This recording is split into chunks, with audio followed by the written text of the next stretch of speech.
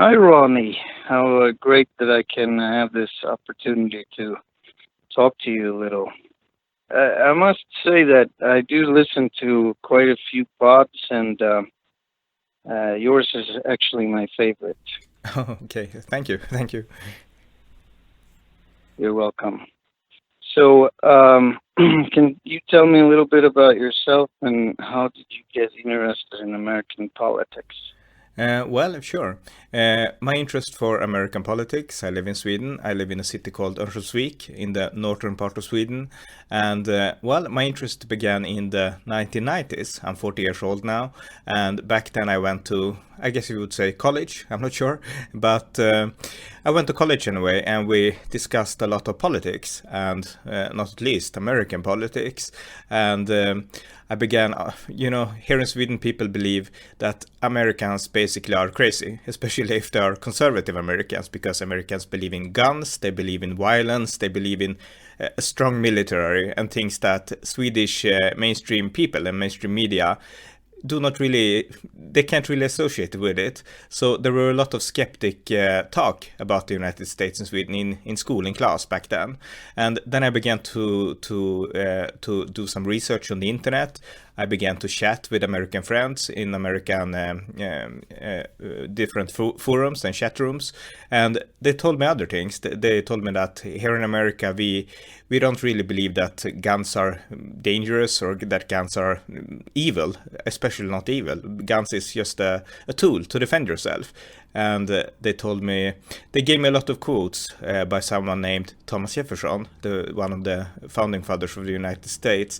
And I began to read Thomas Jefferson, and I guess you could say that that started a process where I came to understand that American conservatism it's not only not evil, it's actually really cool. So that's how it started my path into American conservatism, you could say.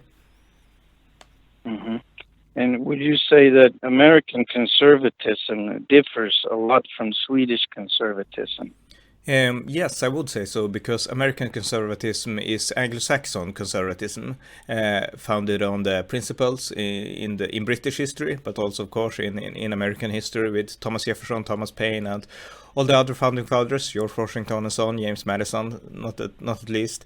But Swedish conservatism is more historically, at least, drawn from German conservatism, and that is quite another tradition that has more to do with actually what you associate with the name tradition, how to dress and how to behave and things like that. While American conservatism and British conservatism, but even more so American conservatism, is more tied to ideals, to philosophical ideals about freedom and liberty. hmm So I would say that that is the big hmm and main difference between American conservatism and Swedish and, yeah, maybe European conservatism.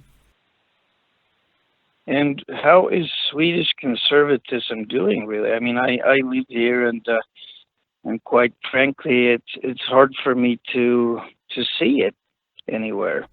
Yeah. Sweden is a very left-wing society, so we don't really have a conservative movement yet. But I think that things are beginning to change, and I think conservatism as a concept and as a philosophy and as an idea will grow in Sweden. And if you, in a couple of years, I would assume conservatism will be an established ideological factor in Sweden, I would say.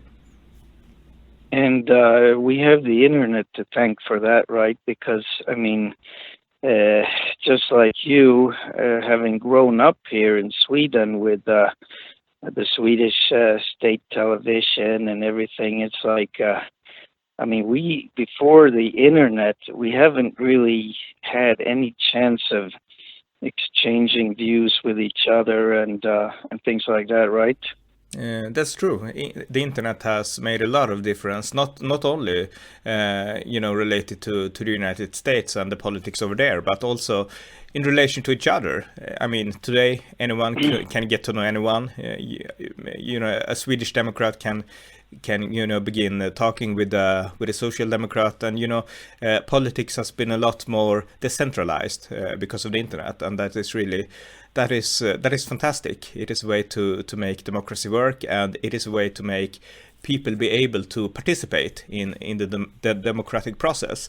And a consequence of that is that these discourses, the left-wing discourses that flows through the universities and things like that, they cannot take hold of the people in the same way when people can debate freely and things like that. So I think that the natural instinct for most Swedes is some sort of conservatism. Swedes believe they believe in private ownership, they believe in freedom, they believe in a lot of things that you could really call conservatism. So when conservatism gets presented as an ideology, then I think that the Swedish common Swede will be a very natural soil for that ideology. So I think that conservatism really have a future in Sweden, and a lot of that is because of the internet. I mean, I think it's a little funny because the way I grew up, I mean, my family has always had, conservative views and things like that. But it's not until, I really started looking around on the internet and things like that, I mean, maybe like 10 years ago or something, that I realized that, wait a minute, these ideas that I've been having about things, there's actually quite a lot of other people that has them. So, I mean, it's like, I think that we've always had conservatives and conservative ideas. I mean, as we can see now, for example, in the rise of the Swedish Democrats, that it's like these ideas have been there, but it's like somehow they've been suppressed, or whatever you want to call it. Yeah, I totally agree. And the internet basically opens the door and gives freedom to all these suppressed Swedish voices, I would say, or actually Swedish instincts rather, because like you said and like I said, Swedes have, I think there is a lot of conservative instincts in Swedes, and the internet has opened the doors to those instincts, and yeah, the Swedish Democrats is a sign of that, I would say.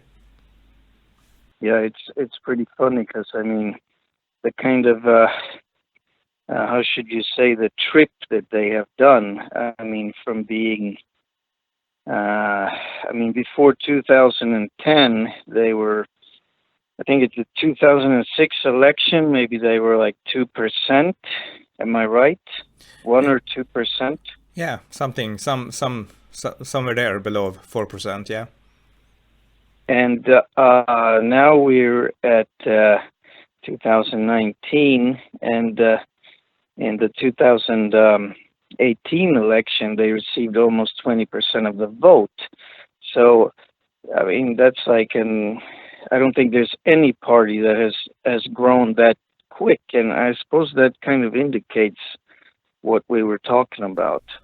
Yeah, yes, indeed it does, and it also shows that the Sweden Democrats are not they are not extremists or anything like that. They are actually conservatives. So English-speaking listeners should not really be afraid of the Sweden Democrats, because there are a lot of liberal journalists in the United States, in the New York Times and in other papers, who write a lot of negative things about the Sweden Democrats. But it's better to listen to Swedish conservatives and give Swedish conservatives an opportunity to speak and explain this party and the situation in Sweden, because we have a quite bizarre situation here in Sweden.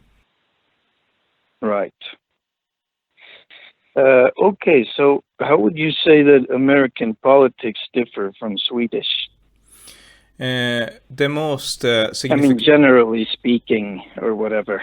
Yeah, the most significant difference, I would say, is that American politics is totally open. You have open primaries in the United States, and American politics is you can vote for anyone, from the local sheriff to the chairman of the local party and things like that. In Sweden, we elect our politicians one time every fourth year, and between them, politics is quite above our heads. So we don't interact with politics as much as people in the United States do. So the openness of the American society is, the really big significant difference between not only between the United States and Sweden, but between the United States and most of Europe. America has the world's most open, transparent political process, and that is really the main difference and also the coolest thing about the United States, I would say. Interesting. What kind of an effect do you think that the mass migration we've had to Sweden has had on the Swedish society? It's kind of like a big topic, but I mean, like from an outsider's point of view, looking in general. Well, it's a very big topic. I don't really know. Yes, yeah. I know it's hard to know where to begin, I suppose. But I guess if you were to try and explain it in a simple way for an outsider that didn't know that much, kind of looking in like, okay, have you received a lot of immigrants here to Sweden? Like, and what are the general effects?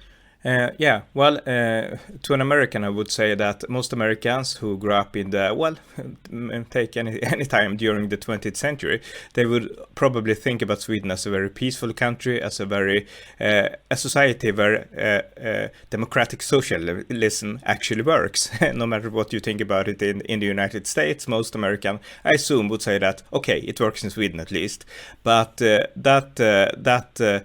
that is not really the case in these days. Democratic socialism, or socialdemokrati, as you say in Swedish, does not really work anymore. And we can see a lot of problems, and the problems are the consequences of mass migration. We have a lot of young gangs from basically Muslim countries who basically have made our streets unsecure in the bigger cities such as Malmö, Stockholm, Göteborg, and so on.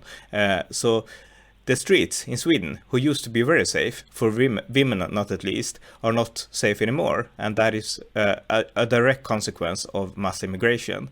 So that is one example. And, I can mention one after another, and after another. There are so many. But the insecurity, and also obviously the economic, the financial costs of mass migration. But the security, the feeling that Sweden is not what it used to be, that is basically the great change, I would say.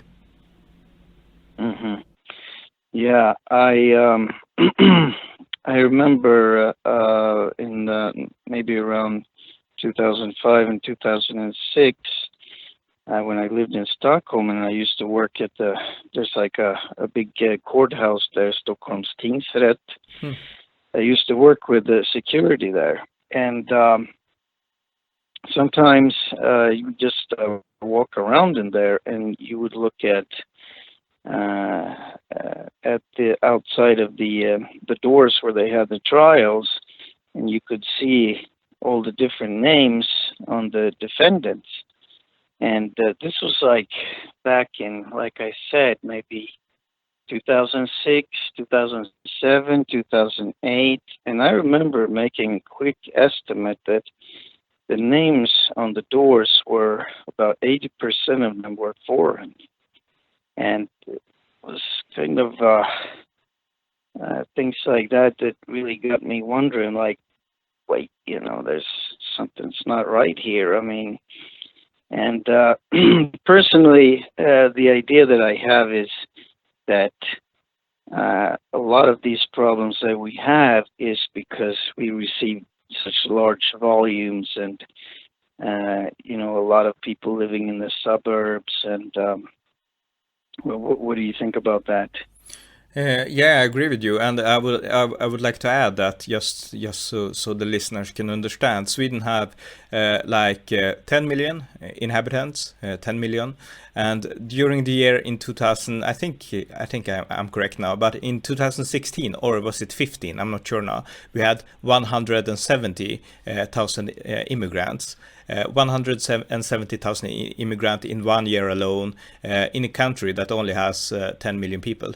And that says a lot, because that is, I mean, add to that, year after year after year of mass migration, and we have a huge amount of immigrants. So obviously we're going to have culture clashes, and we're going to have, not only culture but also religious extremism, Islamic extremism, showing its face here in Sweden, and that is what is happening. And the security you talked about, your work as a security guard, and that was like 10 years ago, and the real mass migration began in 2015, only like 5 years ago. So I assume that the foreign names on the criminals will be a lot more today than when you were active.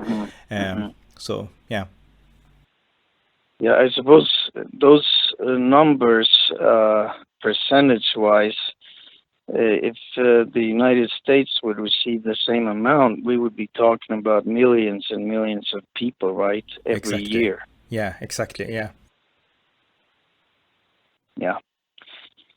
How does freedom of speech differ in Sweden and the US? Because, I mean, we do have in Sweden, we have freedom of speech, but it's a little different, right?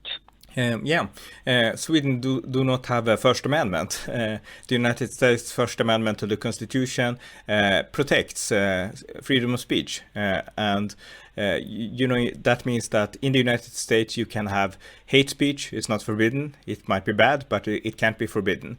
While in Sweden you can forbid hate speech, and you can also define hate speech whatever in whatever way you like. So if I would say something now that you believe that is hate speech, you can talk like that, Ronie, then you can charge me, go to the police and charge me, and I can if I have bad luck, at least get prosecuted for hate speech, because we don't allow hate speech, but we don't really define hate speech that good either. So it's hate speech in Sweden is a political tool that basically suppresses freedom of speech, and that is very dangerous. But the United States have a more free society because of the First Amendment. So you can have a lot more open debate in the United States, and I think that is much more healthy than how we have it here in Sweden. We have a certain law here that is called hate speech against ethnic group. Yeah. I don't know. Is that law exclusive to Sweden, or they have it in other countries as well? I don't know actually, but I know that they do not have it in the United States. But some Democrats actually want hate speech to be introduced in the United States. But it's hard because of the Constitution, and also because we have a Republican Party that always says no. so I think that the United States will be secure. But other countries, I don't know. We have it in Sweden, and that is bad enough. Yeah, and what do you think are the problems related to that law here in Sweden? Well, like I said, the problem is that it suppresses the freedom of speech, and if you always walk around and feel, I can't say this because if I do, I might get labeled as a hate speaker and maybe get prosecuted and things like that. And the debate will become narrow, because the debate will only be confined to the structures set by the broader society and by the state, and that limits freedom, and that limits free discussion of problems such as mass migration. A lot of people, they don't dare to question mass migration because they can be labeled as Islamophobes, Islamophobes, xenophobes, and things like that, and it creates a climate of fear, basically. Isn't that a little funny, because a religion is not an ethnic group, right? Yeah. I mean, how could that, pass through the law? Because you can actually get convicted for something like that, right? I mean, you speak out against a religion, and it's being deemed hate speech against an ethnic group, right? Yeah. Yes, I don't know, but it's I don't have an answer to that really, but it's bad Right. and it has to change, and that is why we need the conservative movement to to change Hmm. bad laws like this. Hmm. Did you get problems at your work because of your blogging? Uh, yeah, that's a long story. Yeah, well, sort of. Right. Yeah, it's a very long story, but do you want to hear it?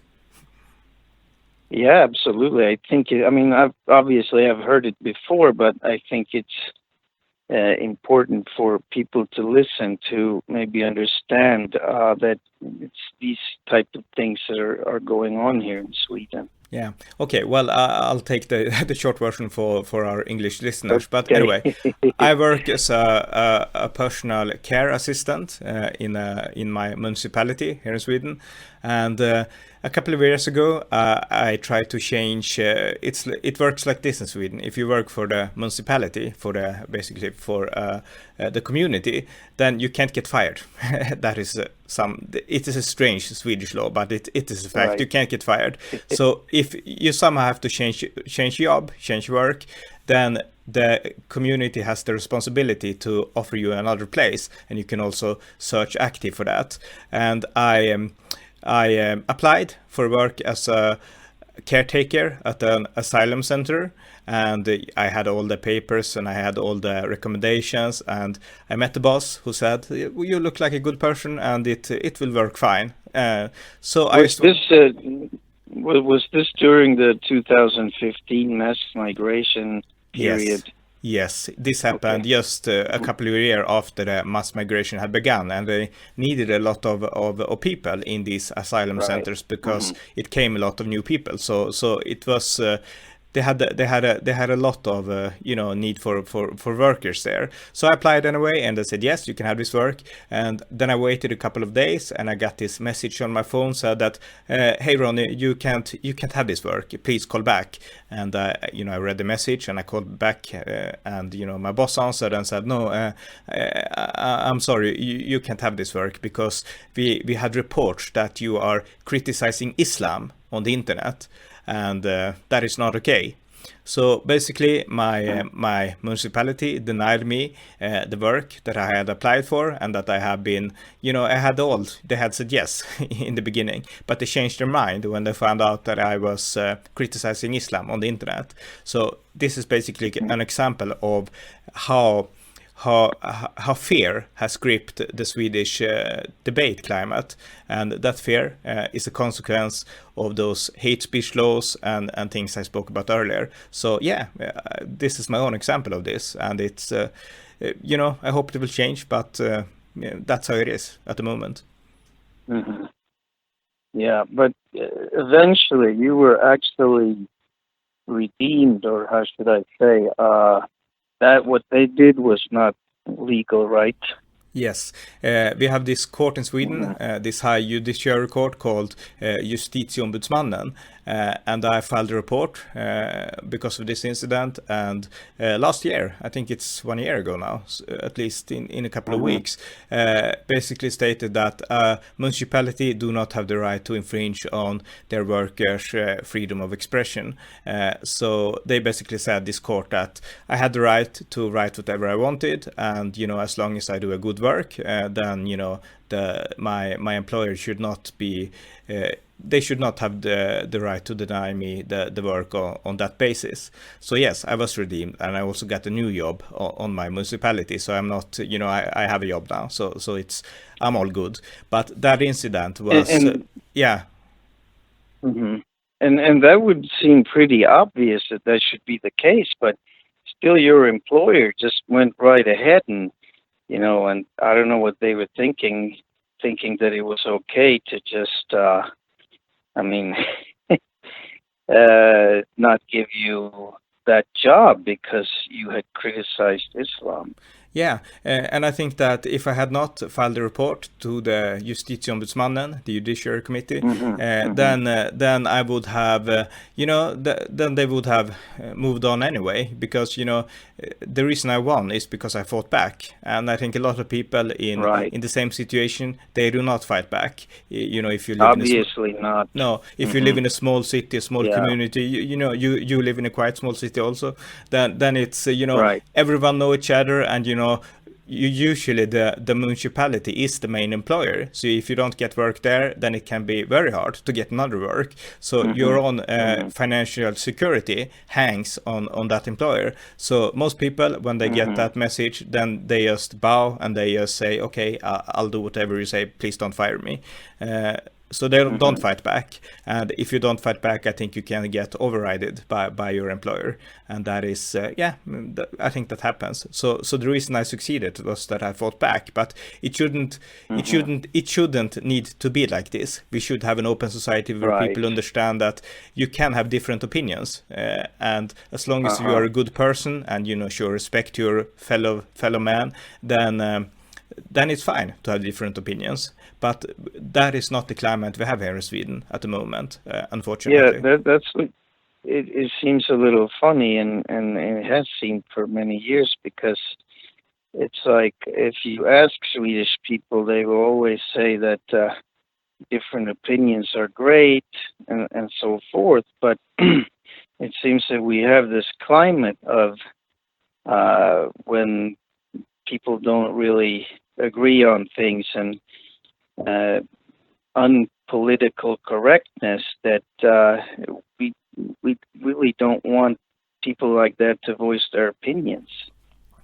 That's true, and I think it has to do with the politicians in basically in all, not in the Sweden Democrats, but basically in all other political parties. They have the same opinions about these things, and if you voice a critical opinion about, let's say, Islam or mass migration, then you're labeled as an extremist and as a hater, and not only by the Social Democrats or by the left wings, but by everyone in the full political spectrum, and that is basically the reason for that, I would think. Right.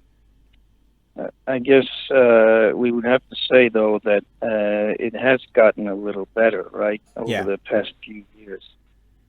Yeah, I agree. It has. Yeah, go on. Yeah, I mean, because before that, it was, I mean, you hardly couldn't say anything that was outside of the opinion corridor, at least not if you were a public person or something like that. And you could have, journalists writing things about you and basically have you character assassinated. Yeah. Yeah, it's gotten a lot better, and that is because of the internet, and also because of the Sweden Democrats, who actually have now 20% of the Swedish population behind them, and you can't, no matter how you feel about it, you can't ignore 20% of the population. Right. That is impossible. So I guess that those are the two reasons why the opinion climate has gotten a little better. Yes. Okay.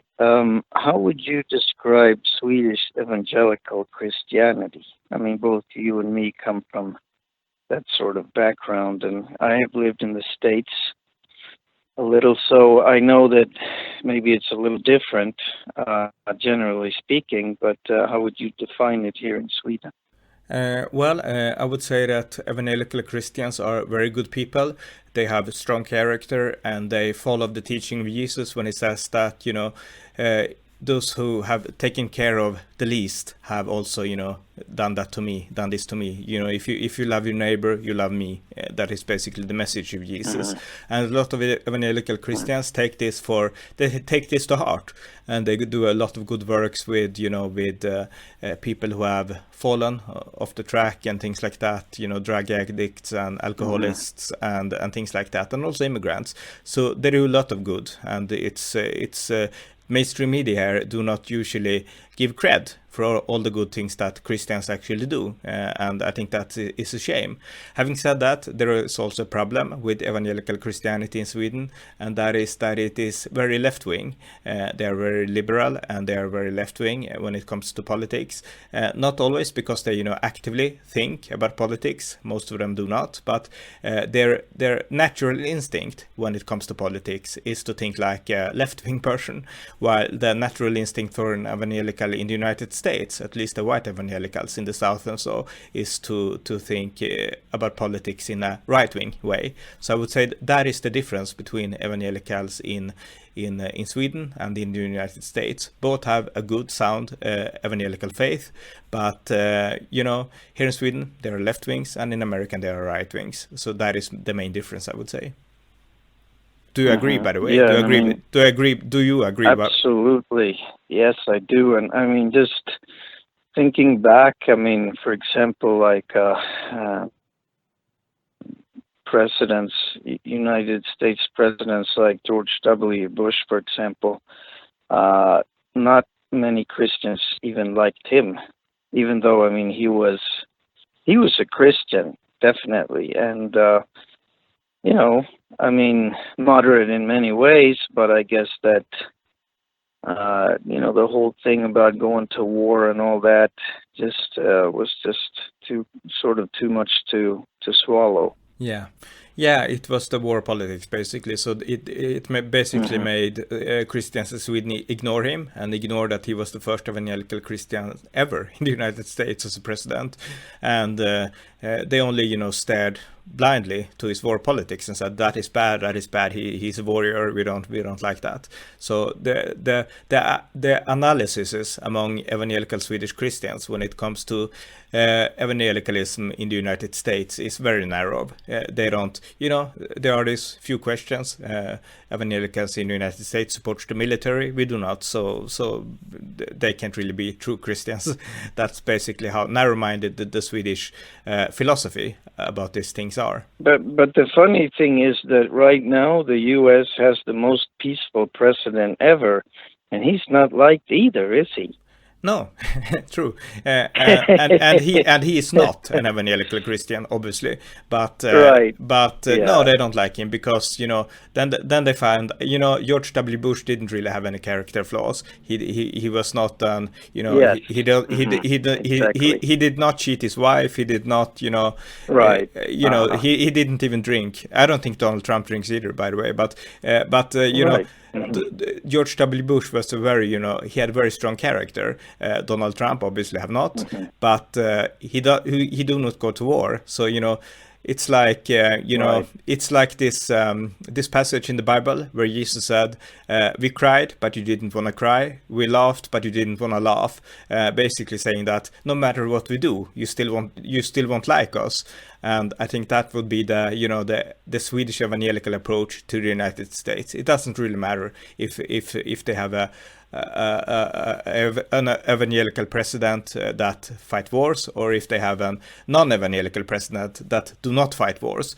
Either way, they don't like them. They don't like the United States because of the the left-wing marination here in Sweden, which make them actually believe that Republicans are demons, no matter which no matter what character they have.